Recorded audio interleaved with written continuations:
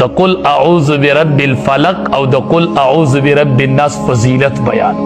وی دا ډیر برکتی سورتونه دي. صحابي ته وی په دې کې د مانزه ټیم شو جو نبی علیہ السلام مانزه ته مخ کې شو نو دا قدواړه ولا په مانزه کې موي وی ورته مانزه نه پسې ودی لیدو دا هغه سورتونه دي دا کم چې ویل مانزه کې وی رومبه ورته فضیلت بیان کو چې مانزه ته مخ کې جو په مانزه کې ولم وی په مانزه کې ولم وی تا امام طویلی د جمعې په ورځ چې مولوي صاحب ته چې د جمعې په ورځ قرات کوي اسی امام الانبیاء به د جمعې مانځه کې کوم سورتونه وي د اختر په مانځه کې چې کله به اختر جمعه رالل ډبل به اختر به جمعه وه امام الانبیاء به د اختر په مانځه کې په اول رکعت کې وي سبح اسم ربک الاعلی او په دویم کې به وي هل اتاک حدیث الغاشیه چې جمعه به ټیم به شو په جمعه کې به اول سبح اسم ربک الاعلی او بلکې هل اتاک حدیث الغاشیه دا به دس اختر په مانځه کې وي به د جمعې په مانځه نو که امام دا شروع کی جو مقتدیان وزي و امام قرات وګت کوي دا مقتدیان څنګه پوه کو دا خلق څنګه پوه کو چې د امام الانبیاء د مانځه نقشه ورته وښیو مانځه ډېر ښکلی مونځ کوئ که نه ښه او چې قرآن اورئ مړه قرآن ته غوږ دی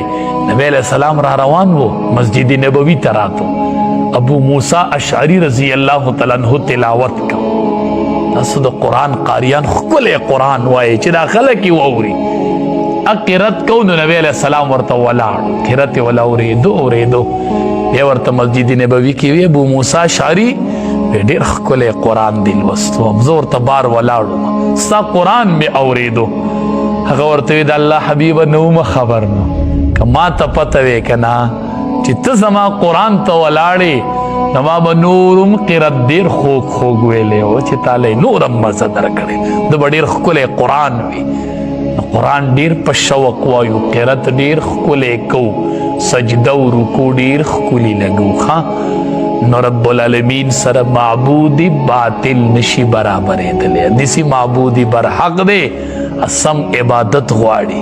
اتاله سم څه درکوي ادې ځان ته نږدې کوي وایي سمه سجده ولګوه ته چې ما ته را نږدې شي نو سجدې حالت کې بنده الله ته ډېر نږدې کیږي وضرب الله بیانی الله مثلا یو مثال رجلین چې دوه سړي دي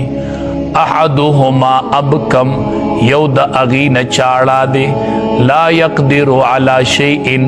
چې قادر نه دی په هیڅ څیز باندې وهو کل علی مولاه او هغه بوج دی په